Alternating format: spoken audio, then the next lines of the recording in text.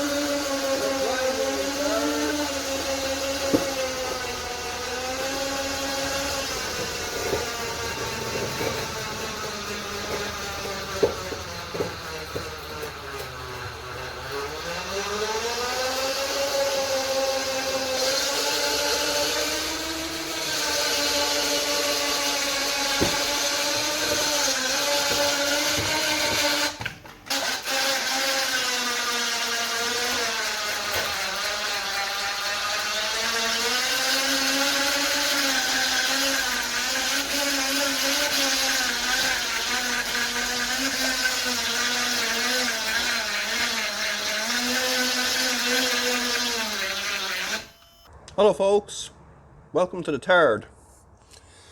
The third is our Volvo V50, affectionately known as the T3 RD. The T3 being our Tesla Model 3 drive unit that we have in here, and the RD being a homage to the Ford origins of our trusty 2007 Volvo V50. So, as keen viewers will be aware, I can't believe it was 2 years ago now, we built a subframe and put the Model 3 drive unit into this vehicle while it was still outside. I actually used a mini digger to do that I had hired for doing some groundwork here on the property.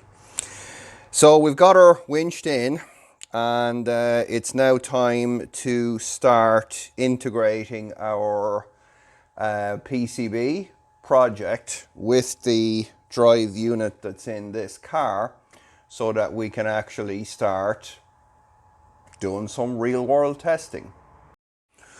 So I've been doing a little bit of work here on the bench with our inverter, with our OpenInverter PCB.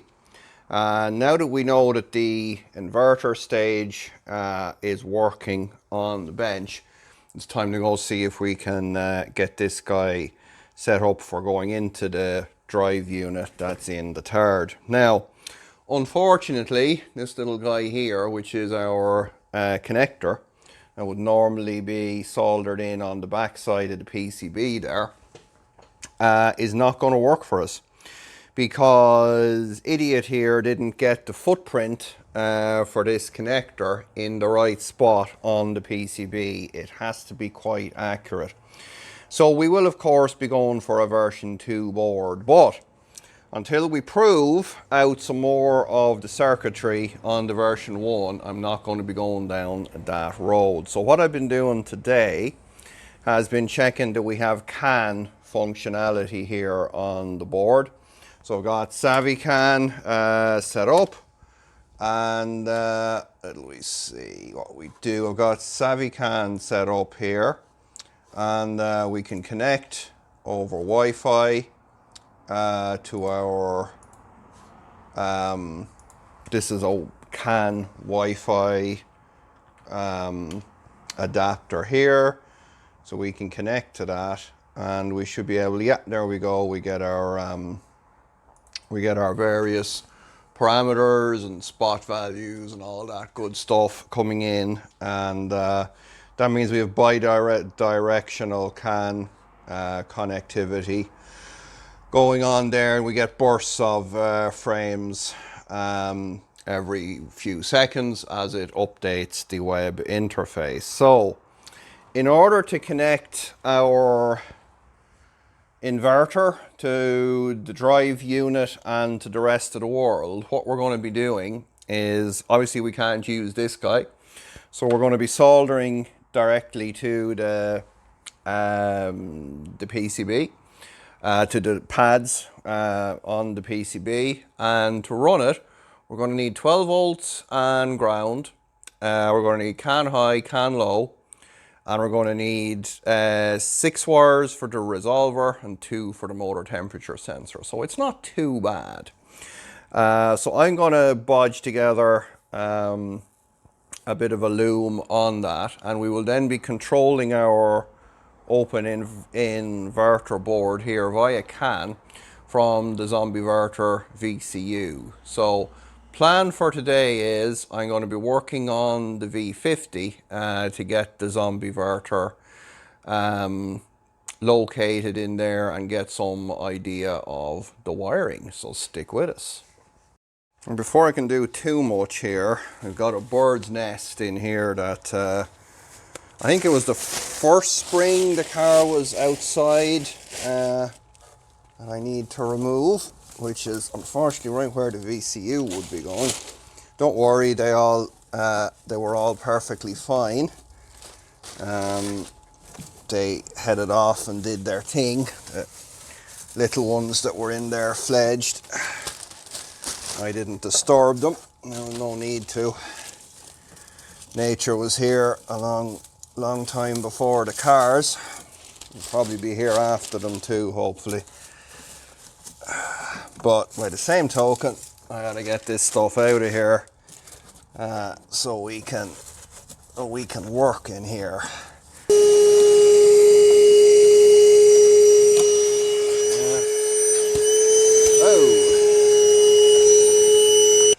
Those fuel lines we certainly don't need, so we can dispose of those. But if we get our VCU, I think we'll have to massage the plastic a little bit here to let our VCU go in, but it will go in.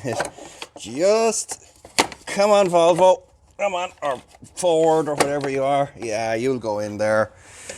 You'll go in there. We'll need to chop out a little bit of that plastic there and get rid of those accursed fuel lines. I'd like to think any petrol that's in them should be long gone.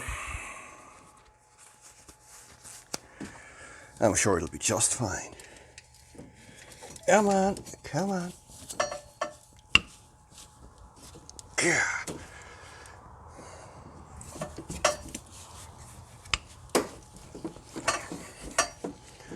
Really? There we are. There's one down anyway. Come on, turd.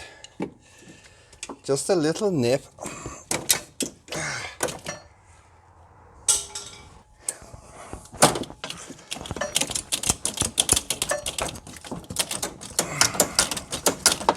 Seriously? Okay. It's one less problem. Now, I'll take those out from under the car at another stage, but for now, it's our vacuum. Yeah, for now, what I want to do is I'm going to be sorting through some of this wiring. I'll take that top rail off here. Our subframe, only made out of Nissan Leaf battery, that one was. That's our battery loom. That's our starter wire, alternator probably. That's a body ground, that's a engine ground, that can go on the drive unit. And this guy here, let's get all this out here, make it a bit easier to look at. At the time that I put the drive unit in this car, it was looking very much like it was going to be Dave's software project that was going to be the way to go, that was the way we were going to go. Now, it wasn't something I could do much with other than just testing for them. I was pretty seriously disappointed that no one got on board with that. But sometimes it's very easy when you're, I don't know the right way to say it, but it's very easy sometimes when you're to see the world only through your own point of view, I guess. That looks like a ground. So I want to separate these two here so that I have the body loom. So I have the body loom separated from the engine side. So it looks like there's some body wiring that comes down here. So obviously I want to be maximizing whatever kind of wire that I have here so I can reuse it. Yeah, it's just, I just find it strange sometimes that I guess I kind of, you know, I'm very much in the whole right to repair and, you know, right to understand what your car is doing and right to maintain it yourself, and, you know, as far as abilities allow, obviously. But I don't, then I see people take a kind of a standoff approach to things, and, oh, you know, someone else will solve that, or, you know, that's not for me, I can't possibly understand that. So then it kind of says, well, okay, well, if that's the way we're going, you know, if we're kind of if we're abdicating our the way we're thinking about owning stuff and all this and maintaining it and understanding it, if we're not worried about that in a sphere as hands-on as the conversion side of things, EV conversion side of things, well then I guess we're definitely not gonna, you know, then, you know, why be surprised when big corporations lock you out of your own hardware or your own things that you've paid your own money for, you don't own them. Well, yeah, it's, you know, there's that little bit of a, I guess, a little bit of a frustration there. But you know what, folks, the only thing you can do, the way I'm trying to look at it now for my own sanity, is to try to leave my little corner of the world a little bit better off. So if I can promote a little bit of understanding or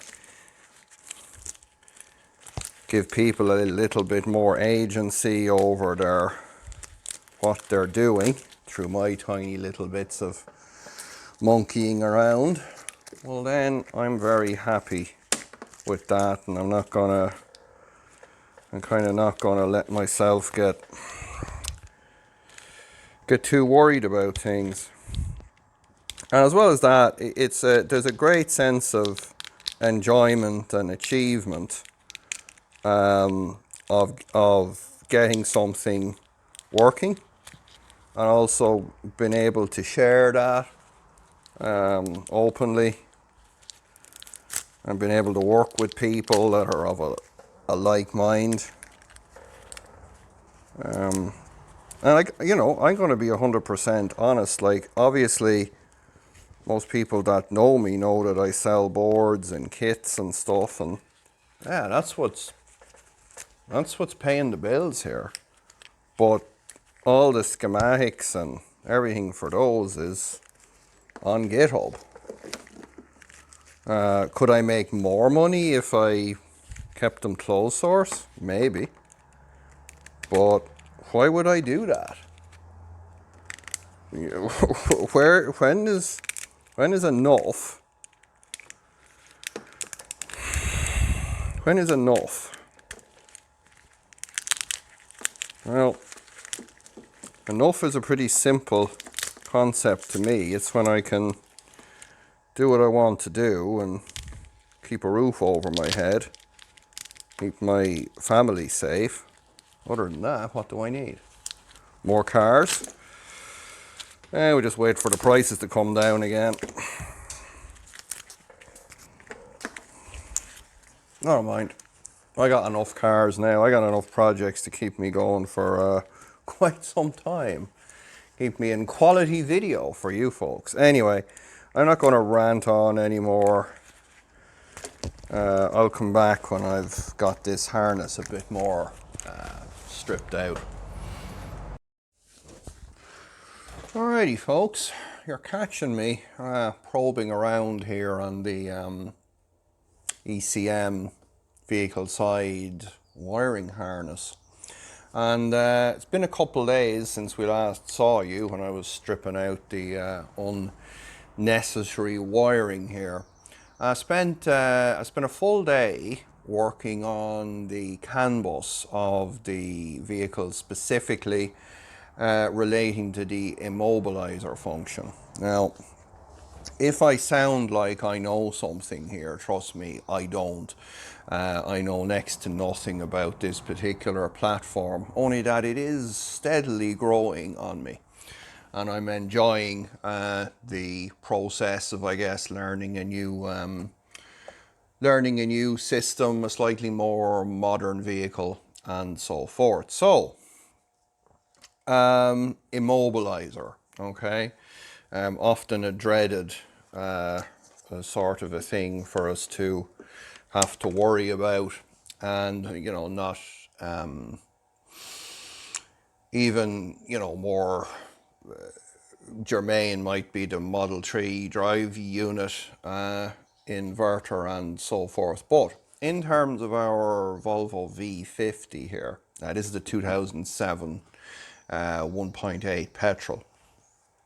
We have our ECM, or engine control module, and this guy basically communicates via CAN bus with the rest of the vehicle. There's several modules: the CEM, Central Electronics Module, BCM, Body Control Module, being the two that we're most interested in. Now, a couple of years ago, when I was in the midst of moving house, there was a gentleman on the OpenInverter forum that did quite a lot of work on a similar vehicle. It was a Volvo C30, which is the very same platform, and fortunately they share the very same CAN IDs. And he put together a DBC file that lets us see the functionality of some of those messages. So that was really useful. So the biggest problem that I struck upon was, while it's perfectly possible to switch the vehicle on with the ECM not plugged in, there's two things that occur. One, annoying but not a real problem, is you get a warning text message on the instrument cluster immobilizer C manual. You know, who cares, right? This the second rather more problematic problem is that with the immobilizer not able to communicate with the ECM, it basically prevents the start function in the vehicle. So you can turn the key physically to the start position, but the vehicle will not do anything with that. It won't identify it on the CAN bus, and it won't make any signals that would be necessary for starting the vehicle. It won't allow them to work. So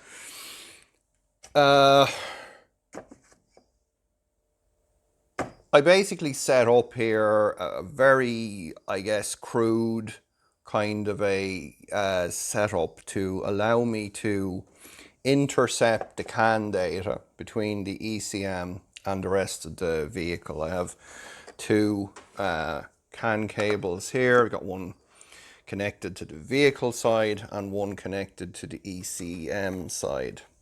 and using Savvy CAN, and once I worked out how to actually do this, because there was a few quirks, I was then able to have my laptop basically pass through the CAN messages from the car to the ECM and vice versa. And then, of course, the immobilizer functioned fine. Okay. So then the next thing I was able to do was switch off certain CAN IDs between the ECM and the car and the car and the ECM. And eventually boiled it down to, for the sake of the immobilizer, the ECM simply needed to see one CAN ID and the car needed to see one CAN ID from the ECM. So, bit of trial and error, and guess what? For the car side to accept that it's okay for the start functions to work, the ECM simply sets one bit in one CAN ID and transmits that to the vehicle.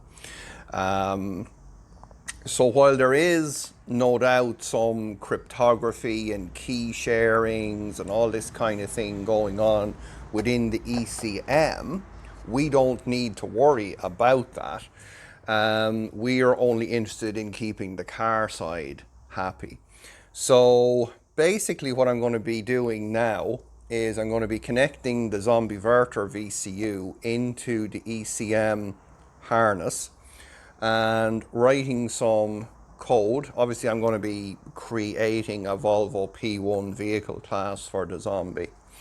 And then we're going to start building that up so that the Zombie will basically then take the place of the ECM and will allow us to control our Model 3 drive unit logic board using the OpenInverter protocol. So a lot of boring talk there, folks, but yeah, it was quite interesting to see that while I'm sure it would be, you know, quite difficult to make, for example, this ECM and the internal combustion engine out of this vehicle work standalone or work in a different vehicle, it's actually quite easy to tell the vehicle that the ECM and the whole engine management system is okay, and it's okay to send your start signal. So that's what I'm doing at the minute.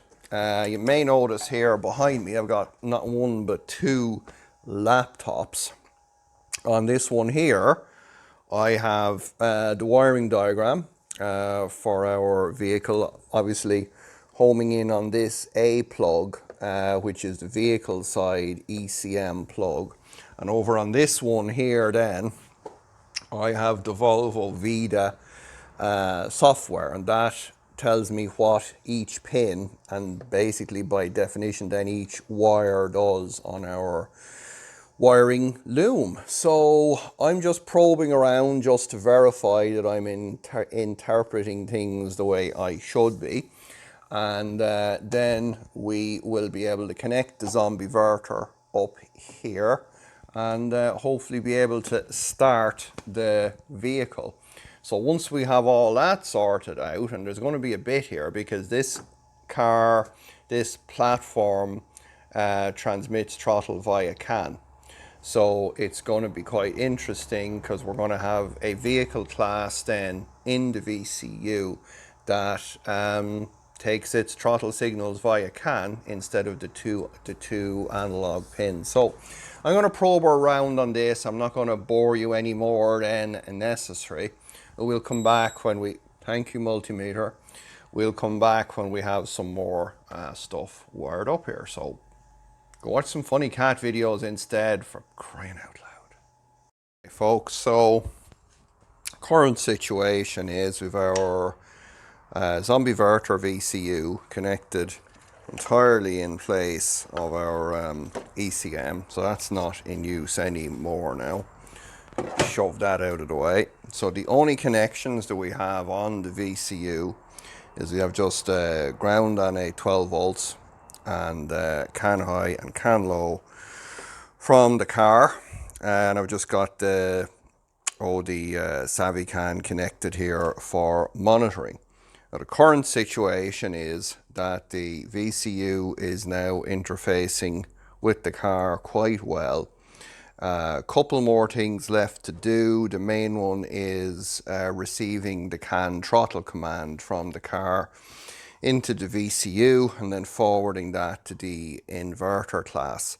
And that then is what will control our throttle signal to our Model 3 drive unit. So enough about all that. Let's jump in the car and show you what happens now when we turn on the key. Alright, so we open the door, car will wake up. It's actually quite nice feature. So my phone has a habit of dropping down out of there though. Okay, so these cars have a key, but it's kind of a plastic thing. So if I shove the key in, we can go to ignition on, and then we can turn to start. And you'll hear the power steering pump spin up. The oil pressure warning light goes out. Tachometer and temperature gauge wake up. At the minute, the tachometer is just providing the 750 RPM idle speed that the Zombie provides, and the temperature gauge just has a test value in there at the minute. That's actually what 60 degrees centigrade coolant temperature would look like. So everything else in the car is pretty good. We do have a traction control light on here, so that's not happy. I'll be connecting VIDA to that to figure out what's going on there. It may be down to the fact that we're just not sending all of the ECM CAN IDs at this point. So if we turn our key off, pull it out, that is it. The car will go asleep as normal, and the Zombie will stop sending the CAN IDs within a couple of seconds. Alrighty folks, so that's about where things are with our Volvo V50 and Model 3 drive unit project. They're now going to be brought together into the ones. You'll be getting updates on both the car side of things and on our PCB project for the drive unit. So at this time, the real kind of critical thing left for me is to implement the CAN throttle from the car into the VCU.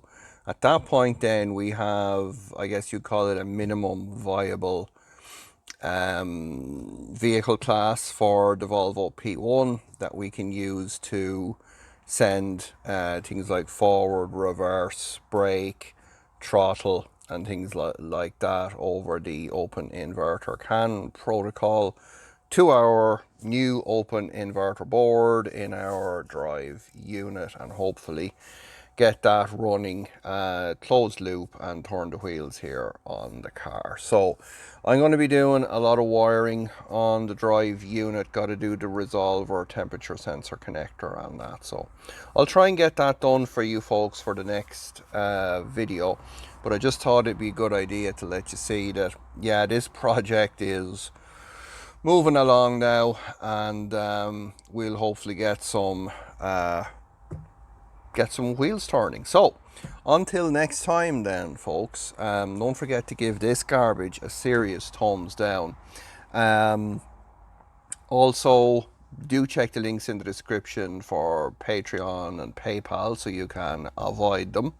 Check out OpenInverter forum, GitHub and all that good stuff. So yes, until next time then folks, happy CAN throttle implementation.